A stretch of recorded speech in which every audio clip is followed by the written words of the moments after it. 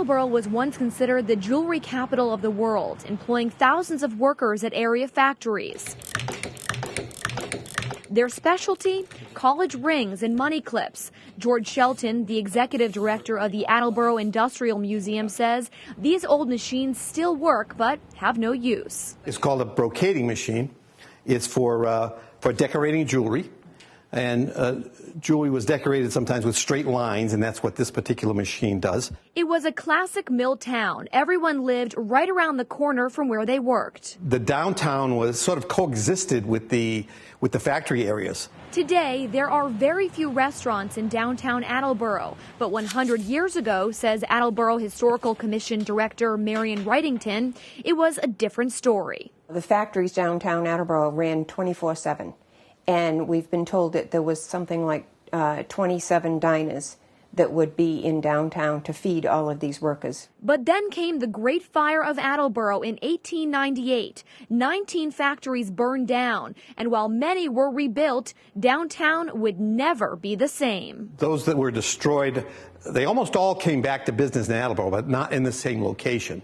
And so that centralized core with the manufacturing and the downtown in the same place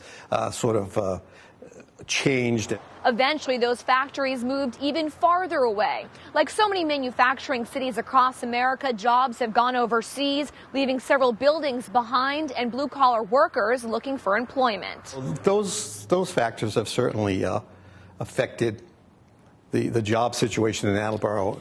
Marion Wrightington has lived in Attleboro most of her life and has seen firsthand how the once bustling downtown has evolved. We used to have little neighborhood stores until we got main streets, and then we had streets full of stores, and then we got malls, and everything moved out of the main streets. Nowadays, Attleboro is known not as a manufacturing center, but instead has become a bedroom community.